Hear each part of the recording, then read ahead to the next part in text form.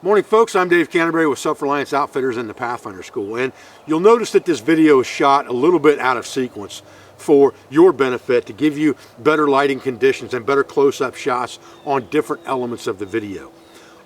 I promised you yesterday that I would show you a couple new things that I learned while I was in Italy at the Bushcraft Italy gathering, and the lead instructor and the owner of Wolves, or Wilderness Outdoor Leadership Experimental School, Michael Lapoli, and his wife Lavinia Lorini showed me the benefits of iron pyrite, iron sulfide, also called fool's gold, while I was in country. And this was the method used by Utsi back in the Neolithic period, of using a hard rock like flint and an iron sulfide, or a piece of iron pyrite, to create ignition with the fungus amadou from the horsehoof or tinder fungus, which is also native to the US. When I got back, I started doing some further research because I'm a research fanatic, and it intrigued me to find out, and I also talked to Michael Lapoli some more about this during my research, that there was an evolution of fire that's very interesting in Italy itself, because Utsi used this method of percussion, one rock against another, to create ignition on a tinder fungus. And then later on in the Roman era, they discovered that you could use steel with the pyrite to remove material from the pyrite that's pyrophoric. And again, just like we use a fire steel today, we're removing iron particles from the high carbon steel. And iron is a pyrophoric, which means it combusts when it's exposed to air in very minute quantities at temperatures below 130 degrees. And that's where that spark comes from when you strike your flint and steel together. It comes from the steel. In this case, the spark is coming from the iron sulfide. And because there's sulfur in this iron pyrite, it gives you a little bit of an accelerant or extender to the spark, and makes it burn a little bit longer. Not necessarily hotter, but gives it more longevity to affect your ignition. And so today what we're going to do is we're going to show the benefits of iron pyrite. We're going to start a fire in the same fashion that Utsi started fire, using the percussion method of a piece of flint and iron pyrite with the amadou of this horsehoof fungus, or tinder fungus, horseshoe fungus it's also called. And then we're going to use a steel, and this steel is a steel that came from Italy, and it's made out of rebar. It's not a real high carbon steel. It doesn't throw sparks anything like the steel that I have. And we're going to use this with the rock to affect ignition as well. And then we're going to take my fire steel and a very small piece of this same material, and we're going to ignite charred material with that, using the sparks from the iron sulfide, but using a normal fire steel that we would use with flint and steel. And by adding that small piece of material to our kit, we give ourselves just a little bit more versatility, because we have two different stones that we can use against the steel to affect sparks really in two different ways. One from the steel, one from the rock. One that has a little bit more longevity, but one that may throw a better shower of sparks, depending on how they're used and the piece of flint that you have. So it's a very interesting concept to me, and I can tell you now, after this experience, I will not walk out in the woods with my small fire kit in my belt pouch without at least a small piece of this iron sulfide, or fool's gold, in my kit. Now, let's talk about this iron pyrite for a minute, this sulfide. I'm going to get an iron sulfide. I'm going to get a close-up for you on this thing, because this stuff is native to the US. It runs in veins of quartz, and it's the most common iron sulfide is pyrite. So I'm going to get a close-up of this so you can see it. You don't want something that's got a bunch of square iron crystals on it, or iron pyrite crystals on it. What you want is the ore that's surrounding this quartz. And I'm going to get a close-up for you so you can see all of that right now. And then we're going to start looking at ways that we can affect ignition with this metal.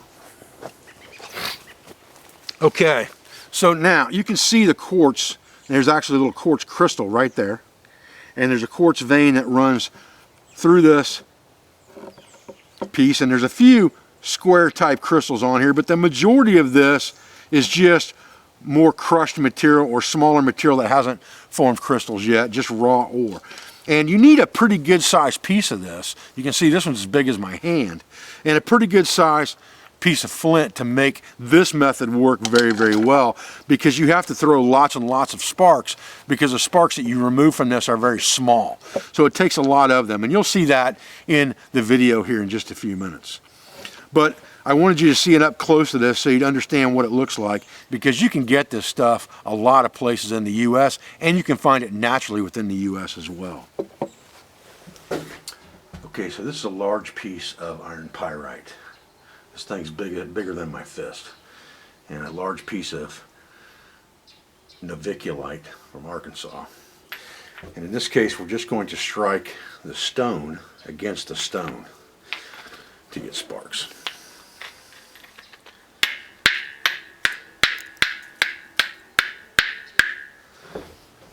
So here's an iron striker that was made in Rome, and that same piece of naviculite. And you can see throws halfway decent sparks. I don't think rebar from any country is going to be real high carbon steel. But let me show you what it looks like when you strike this against the pyrite. And this would have been the Roman method. Would have been using a piece of hardened steel against pyrite.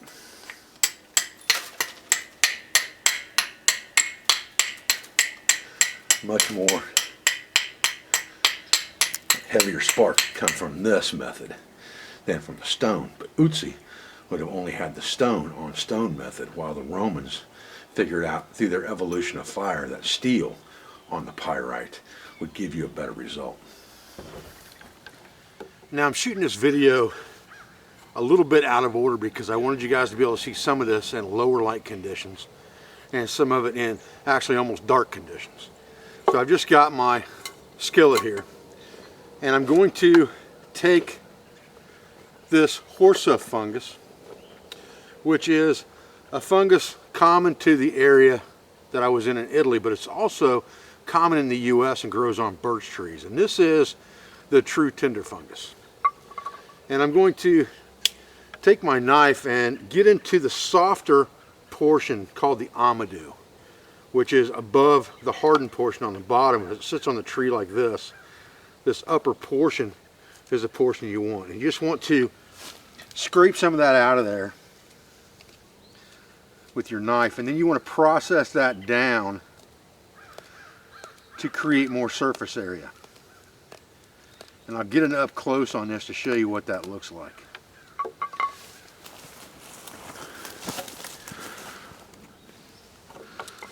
So this upper portion you can see is a different color than this portion below.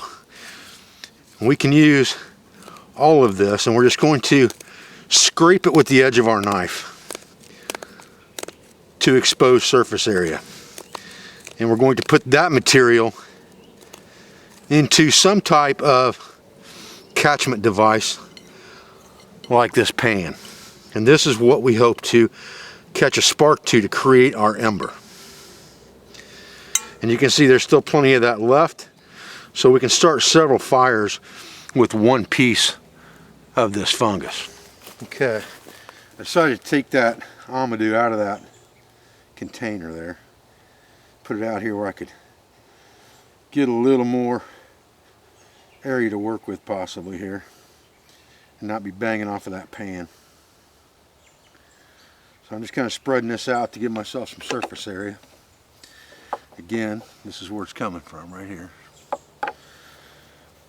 And here you can probably see this crystal better now. We got a little more light. And this is just a piece of iron pyrite. Like I said, it's got quartz crystals coming out of it a couple different places. It's chewing up this Arkansas naviculite pretty fast. This is a softer flint, but it's throwing plenty of sparks.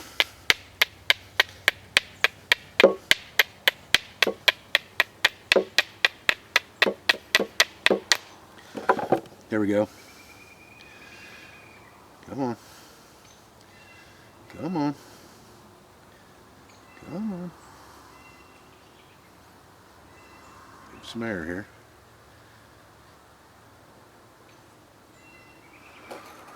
Okay. Now we got it going. So I'm just gonna give this thing plenty of air.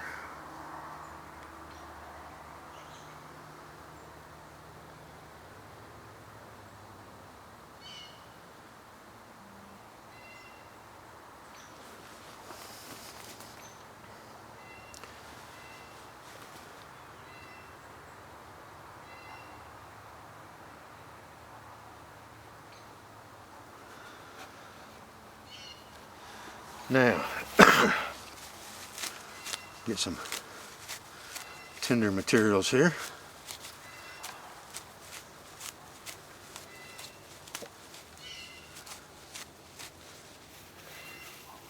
This stuff's got a little dampness to it, but should be all right.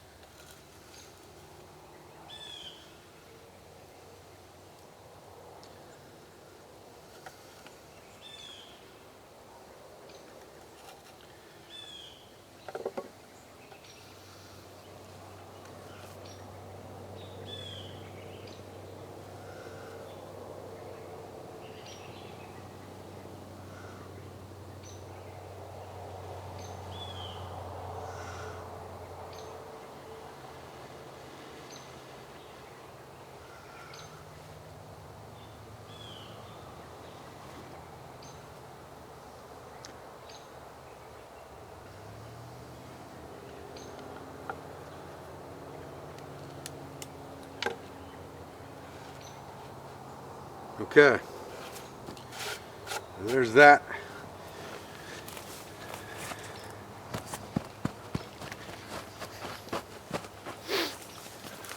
Okay, so that was basically the Utsi method, I'll call it, or the Neolithic method of striking a hard rock against the iron pyrophoric materials of the iron sulfide or the iron pyrite, also known as fool's gold. Now, you have to have three components to make that happen. You've got to have a highly combustible tinder like the amadou of this fungus. You've got to have a piece of flint or hard, very hard rock, and then a piece of iron sulfide that's fairly large so that you can strike against it to get sparks. And the sparks that you get from this are very, very small. So again, evolution of fire in Italy. The Romans graduated to using steel, not a hardened fire steel necessarily, but just a piece of steel, probably some type of what they had for tool steel, which would have been wrought iron, against this material to drive sparks off of, which larger sparks. And because there's sulfur in this material, it acts a little bit like an accelerant and gives you a little bit of a longer burning spark. And the bigger sparks that you can get, or the more molten material you can drive from this piece, just like a fire steel today, a ferrocerium rod I should say, you're going to get a better result. And the Romans figured out that by striking this rock against metal or steel, they got a better result. So that's what we're going to talk about next. So what we're going to do now is we're going to take this same material and we're going to replace the rock with a steel. And again, this steel, like I showed in the segment in IR, is made from rebar. And I'm not sure how much carbon steel content there is in this rebar. It did come from Italy, so it may be a higher carbon content, but striking it against this naviculite, it's not really throwing a major amount of sparks. In fact, not much more sparks than I was getting with just a rock against this piece of raw pyrite. But when you strike the steel against the pyrite, the sparks become much larger and much hotter. especially if you get an edge of this material like this. And what the Romans figured out was that they didn't have to have this amadou. They could use just charred material. But we could also use this amadou and achieve the same result. The problem is directing the sparks into the amadou, just like you have when you're using the rock. So what we're going to do is we're going to try and dig out some more of this amadou.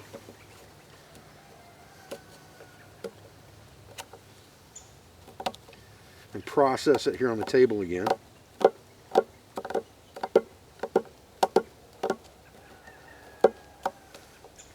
And again, I'm just scraping this out with the edge of my knife and then processing it down after the fact to create more surface area, just like we do when we use any other method of ignition. Surface area is always the key to good ignition. Get this piece off of this hard edge, don't want that. And then we'll spread this out a little bit and process it down just a little bit finer. And there's no doubt that this fungus grows on birch trees in Michigan. I've looked at the U.S. Forest Service's website and their PDF on these type funguses, and they show it as growing on the paper birch, which there are lots and lots of in Michigan. So I got a buddy of mine keeping an eye out for this fungus for me. Again, I brought this piece back from the Bushcraft Italy gathering, but it's exactly the same species that we have here in the States. So now let's take this and do an experiment, I should say. I'm still speaking broken English from Italy. Do an experiment to try and drive sparks from this onto our amadou.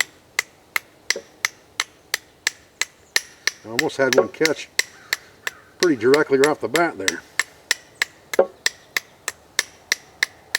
Oop, almost.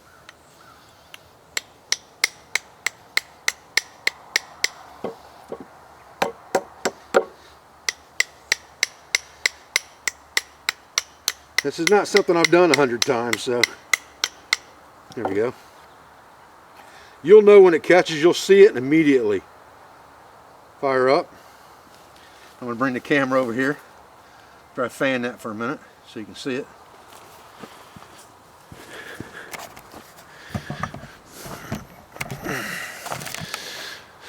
Trying not to turn the camera on and off too much so you know there's no monkey business going on here. Okay. So here is the same tinder material with the pyrite and the steel. Okay, so in this case we've used a piece of steel and the flint, or excuse me, a piece of steel and the pyrite to create our coal.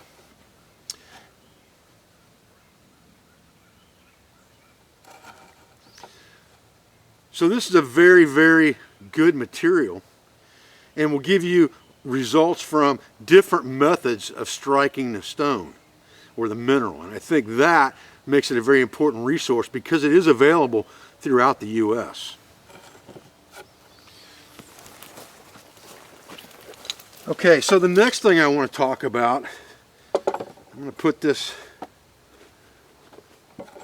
bigger stuff away in this more primitive Neolithic style and Roman style kit here. And we're going to look at a regular fire steel, like a flint and steel set, and the advantages of carrying something like a piece of iron pyrite. You can see that ember still sitting there burning as I'm doing this. So I've got a small piece of pyrite here and my regular steel and a piece of flint. Except this time what we're going to do is we're going to use char cloth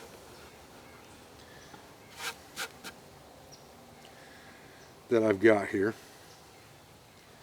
And we're going to take a piece of this char cloth off and we're going to attempt ignition of this char cloth with the iron sulfide or the pyrite. And I think what you're going to find is that it gives you a more reliable or quicker ignition, or definitely as fast, but because you don't have any sulfur coming off of here, you don't have the longevity of spark that you have with the fool's gold or the iron pyrite. And remember that you're doing things in kind of opposite direction here, because when you remove material from a fire steel to make a flint and steel fire, you're actually removing iron particles from the steel itself that's pyrophoric to create those sparks. In this case, we're banking on this steel being harder than the material or the mineral so that we can remove sparks from this material instead.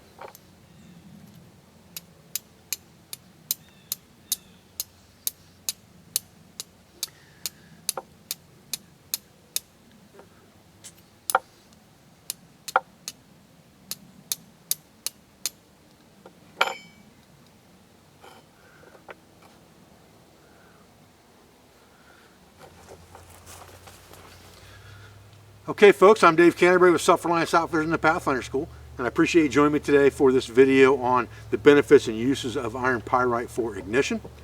I thank you for your views and your support. I thank you for everything you do for our school, for our family, and for our business, for all of our sponsors, instructors, affiliates, and friends, and I'll be back with another video as soon as I can. Thanks guys.